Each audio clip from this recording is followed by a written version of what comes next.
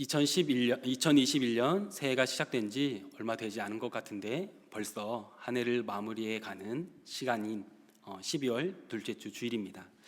이렇게 한 해를 마무리하는 가운데 지난해와 함께 올해는 코로나19로 인한 팬데믹이 우리에게 많은 영향을 주지 않았나 생각을 합니다.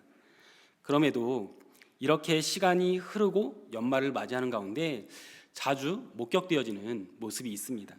그것은요, 바로 몰이나 혹은 마트 입구 그리고 출구를 지나다 보면 반가운 종소리와 함께 모금을 해서 도움이 필요한 곳에 차별 없이 나눔 활동을 하는 셀베이션 아미, 구세군들의 모습이 보인다는 것입니다.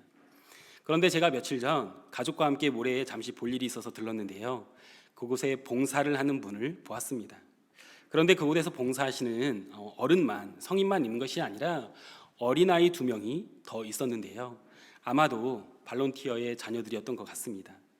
그 모습을 보며 어렸을 때부터 이웃을 돕는 것을 부모를 통해 몸소 배울 수 있는 기회가 되지 않을까 하는 생각이 되었습니다. 더욱이 한 해를 마무리하는 가운데 이웃을 돕는 그런 모습을 보고 과연 나의 이웃은 누구이고 또한 내가 누구를 도우며 이웃과 함께 할 수 있을까라는 생각이 들었습니다. 사실 우리들에게는 이들의 문화보다 더 이웃과 함께하는 모습들이 있었습니다. 제가 어렸을 때에는요, 이사를 하면 그 이웃이 떡을 해서 이웃과 함께 나누거나, 혹은 제가 이사를 했을 때 저희 집에서 떡을 준비를 해서 저희 부모님이 이웃과 떡을 나누는 모습을, 또 이웃 사촌이라는 말이 있을 정도로 이웃이 급한 일이 있을 때 서로 발벗고 나서 돕는 일이 있었던 것 같습니다.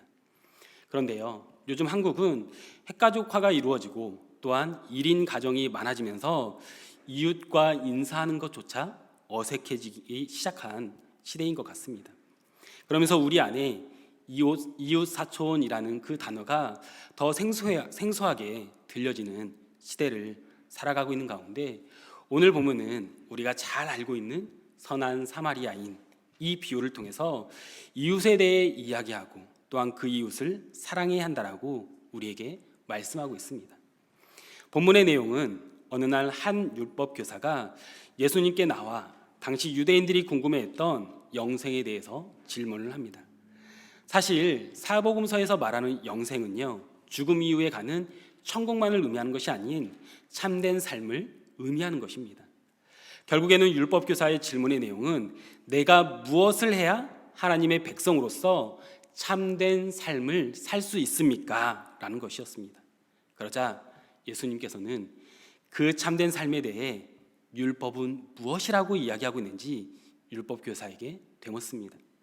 그러자 율법 교사는 신명기 5장 말씀과 또한 레위기 19장의 말씀을 기반으로 하나님을 사랑하고 내 이웃을 내 자신같이 사랑하며 살아가는 것이 참된 삶이다라고 답을 합니다. 이에 예수님께서 그 율법 교사를 칭찬하시면서 가서 말한 것을 행하라라고 이야기하시죠. 이렇게 율법 교사의 질문에 예수님의 답변이 잘 마무리되어질 수 있었지만, 율법 교사는 자기 자신을 옳게 보이고자 하는 마음으로 다시금 질문합니다. 본문 29절 말씀입니다. 그 사람이 자기를 옳게 보이려고 예수께 여짜오되 그러면 내 이웃이 누구니이까? 율법 교사의 나의 이웃이 누구입니까? 라는 질문에 대해서 예수님의 사마리아인의 비유가 시작된 것입니다. 자, 그렇다면 오늘 본문 가운데 선한 사마리아인의 비유를 통해서 이웃사랑을 무엇이라고 말씀하시고 또한 우리에게 주시는 은혜와 도전은 무엇입니까? 첫 번째, 성도의 이웃사랑은 알면서 끝나는 것이 아니라 행동하며 실천하는 것입니다. 오늘 본문을 읽다 보면요, 계속 강조되는 단어가 있습니다. 이 단어는 헬라어로 포이에오라는 동사로 사용되어지는데요, 그것은 바로 무엇을 하라 또는 무엇을 하다라는 단어입니다.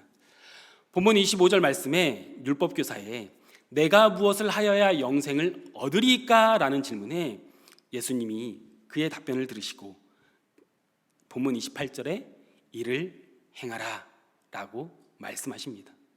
그리고 선한 사마리아인의 비유를 마치신 후에 본문 37절 말씀에 다시금 그에게 가서 너도 이와 같이 하라 하시니라 라고 말씀하신다는 것이죠.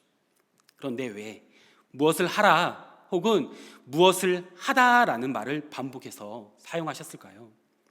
사실 율법교사는 예수님에게 영생을 어떻게 얻을 수 있느냐라고 묻고 있지만 그는 어떻게 해야 되는지 이미 잘 알고 있었습니다.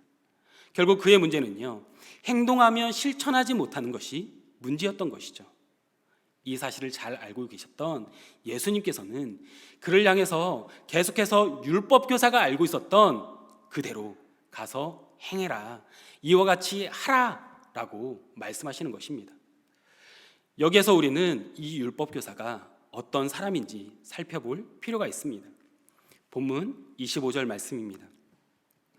어떤 율법교사가 일어나 예수를 시험하여 이르되 선생님, 내가 무엇을 하여야 영생을 얻으리이까?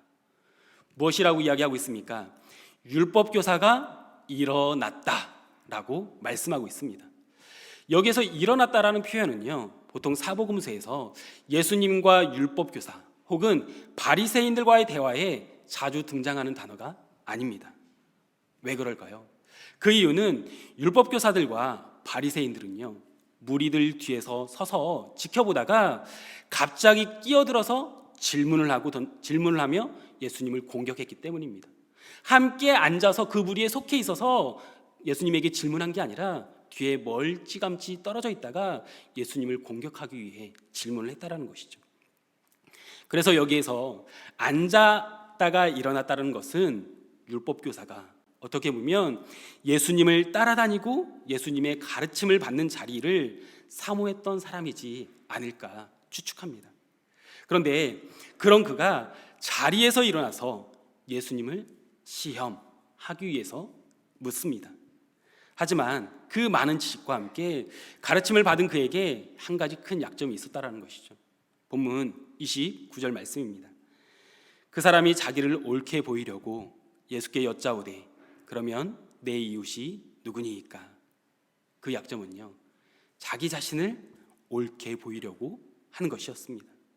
어쩌면 율법교사가 그 자리에서 계속해서 있었던 이유는 예수님을 통해, 그 말씀을 통해 배우기 위함이 아니라 자신의 옳음을 보이고자 했던 것일 수 있습니다. 사실 율법교사는 처음에는 가르침의 자리를 사모했을 것입니다. 우리처럼 말씀과 예배의 자리를 사모하는 사람이었을 것입니다. 그런데 율법교사는 그 자리를 통해 자신이 옳게 보이기 원했다라는 것이죠. 사랑하는 성도님들, 교회에 나오시는 이유가 무엇입니까? 혹시 말씀을 알아가고 은혜를 받기 위한 것이 아니라 율법교사와 같이 오랜 시간 동안 교회에 나오고 신앙생활을 한 나의 모습을 통해 나 자신을 드러내고자 함이 아닙니까? 그로 인해서 내가 이 공동체 안에서 인정받기 위함은 혹시 아닙니까? 결국에는 율법교사는요, 성경적 지식의 선을 뛰어넘지 못하고 자기를 자랑하기 위한 수단으로 사용되어졌기에 행동이 있을 필요가 없는 것이었습니다. 그래서 율법교사의 이웃사랑은요, 머리에만 있는 알무로 머물러 있는 지식이었을 뿐이었습니다. 더 나아가 오늘 본문의 사마리아인의 비유를 통해서 그 모습을 더 잘 알 수 있습니다. 이웃사랑을 머리로만 아는 제사장 그리고 레위인은 그 강도 맞은 자를 그냥 지나가는데 사마리아인에게는 이웃사랑이 머리에서 알무로만 끝나는 것이 아니라, 지식으로만 끝나는 것이 아니라 그에게는 행동하며 실천하는 모습이 있다라는 것입니다. 본문 34절 말씀입니다. 가까이 가서 기름과 포도주를 그 상처에 붓고 싸매고 자기 짐승에 태워 주막으로 데리고 가서 돌보아 주니라. 강도 맞은 사람을요, 그 사람을 보고 불쌍히 여겨 가까이 다가갑니다. 그리고 그를 돌보아 주게 됩니다. 바로 행동하는 것이죠. 바로 실천하는 것입니다. 사랑하는 성도님들, 어떤 그룹의 모습이 나의 모습입니까? 제사장이나 레위인이 그들과 같은 그냥 머리로만 아는 알무로만 끝나는 이웃사랑을 하고 계십니까? 아니면 사마리아인과 같이 알무로 끝나는 것이 아니라 행동으로 또한 실천하는 이웃사랑을 하고 계십니까? 머리로는 이웃사랑을 해야 하는 것을 잘 알기 때문에 입으로는 계속해서 사랑해야 한다라고, 사랑한다라고 말하지만 우리의 이 지식이 알면서 행동으로 또한 실천하지 못하고 있는 것은 아닙니까? 우리에게 필요한 이웃사랑은요, 아는 것에서 끝나는 것이 아니라 행동하며 실천할 수 있도록 우리를 도우시는 하나님의 은혜가 필요합니다. 에스겔 36장 26절과 27절 말씀입니다. 또 새 영을 너희 속에 두고 새 마음을 너희에게 주되 너희 육신에서 굳은 마음을 제거하고 부드러운 마음을 줄 것이며 또 내 영을 너희에게 두어 너희 속에 두어 너희로 내 율례를 행하게 하리니 너희가 내 규례를 지켜 행할지니라. 사랑하는 성도님들, 성령님의 감화 감동하심을 통해 우리를 행하게 하시는 그 은혜를 통해서 이웃사랑을 우리는 알면서 끝나는 것이 아니라 내 이웃을 사랑하라는 명령에 순종함으로 또한 행동하고 실천하는 그런 삶을 살아갈 수 있는 저희들이 될 수 있다는 것입니다. 그런 인생을 살아가시는 우리 성도님들 또한 제가 되기를 소망하며 축복합니다. 두 번째, 오늘 본문 가운데 선한 사마리아인의 비유를 통해서 이웃사랑을 무엇이라고 말씀하시며 우리에게 주시는 은혜와 도전은 무엇입니까? 내가 먼저 다가가 이웃이 되어야 합니다. 율법교사의 영생에 대한 질문에 내 이웃을 내 자신과 같이 사랑하며 살아가는 것이 영생을 누리는 참된 삶이라고 답한 그에게 그대로 말한 것을 행하라고 이야기하십니다. 그러자 율법교사는 다시 질문합니다. 본문 29절 말씀입니다. 그러면 내 이웃이 누구니까? 그런데 이 질문에는요, 이미 율법교사에게 그 이웃은 그의 마음 가운데 정해져 있는 듯합니다. 그래서 자신이 생각했던 내가 사랑해야 할 그 사람과 그룹을 이미 정의하고 규정받기를 원했던 질문이었습니다. 그러자 예수님께서는 비유를 마무리하시며 다음과 같이 말씀하시죠. 본문 36절 말씀입니다. 내 생각에는 이 세 사람 중에 누가 강도 만난 자의 이웃이 되겠느냐? 누가 이 강도 만난 자의 이웃이 되어줄 것이냐라고 질문하는 것이죠. 사랑하는 성도님들, 우리는요, 누가 나의 편이 되어줄지 혹은 누가 나의 이웃이 되어줄지, 그리고 그 누가 나와 맞는지 그렇지 않은지 생각하며 나의 이웃을 찾습니다. 나의 입맛대로 이웃을 고르기 시작합니다. 더욱이 이민자의 삶을 살아갈 때 나도 모르게 내 이웃은 누가 되어줄 수 있을지, 또는 누가 나의 편이 되어주고 나와 함께하고 나를 도와줄지 거기에 집중하고 또 그 사람에게 매달리기 시작합니다.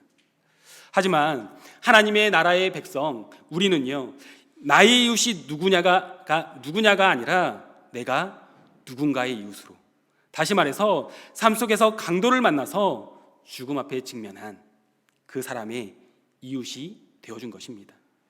그래서 내가 받은 사랑으로 그들을 먼저 사랑해주고 때로는 용납해줘야 하는 것이죠.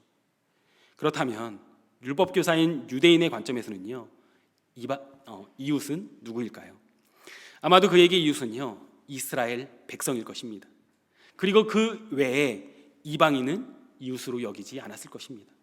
그리고 그 이스라엘 백성 중에서도 유대인의 이웃은 유대인이고, 더욱이 오늘 본문에 나온 사마리아인은요, 이방인의 피가 섞여 있다는 이유로 그 당시에 이스라엘 사람들에게는 더럽고 추한 짐승과 같은 존재로 여기는 이웃의 대상에서 추한 짐승과 같은 존재로 여겨졌기 때문에 이웃의 대상에서 배제되었을 것입니다.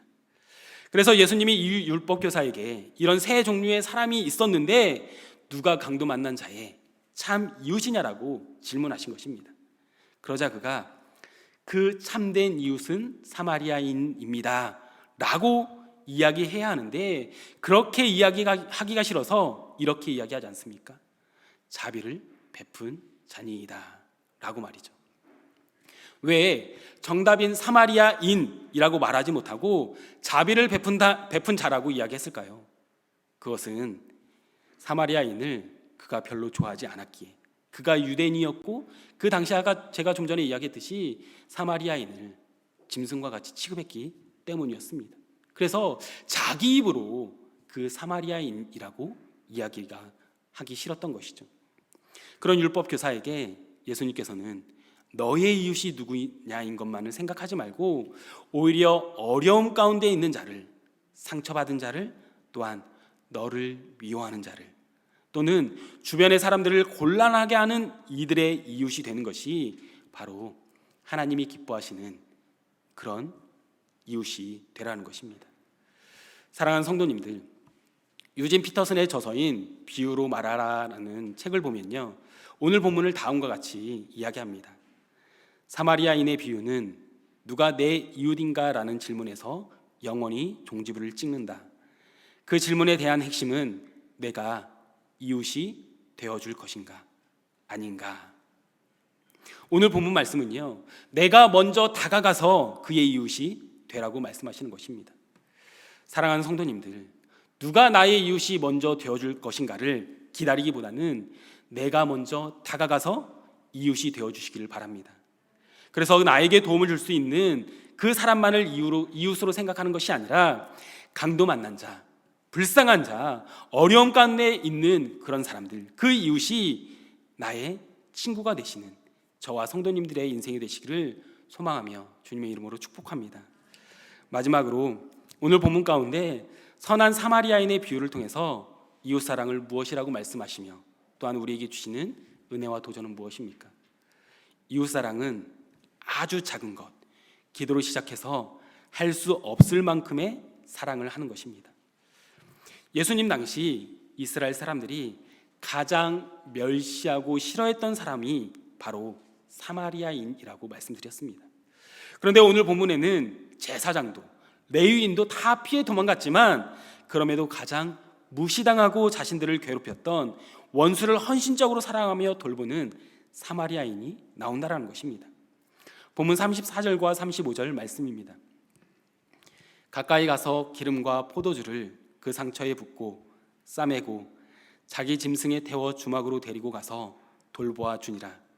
그 이튿날 그가 주막 주인에게 데나리온 둘을 내어주며 이르되 이 사람을 돌보아 주라.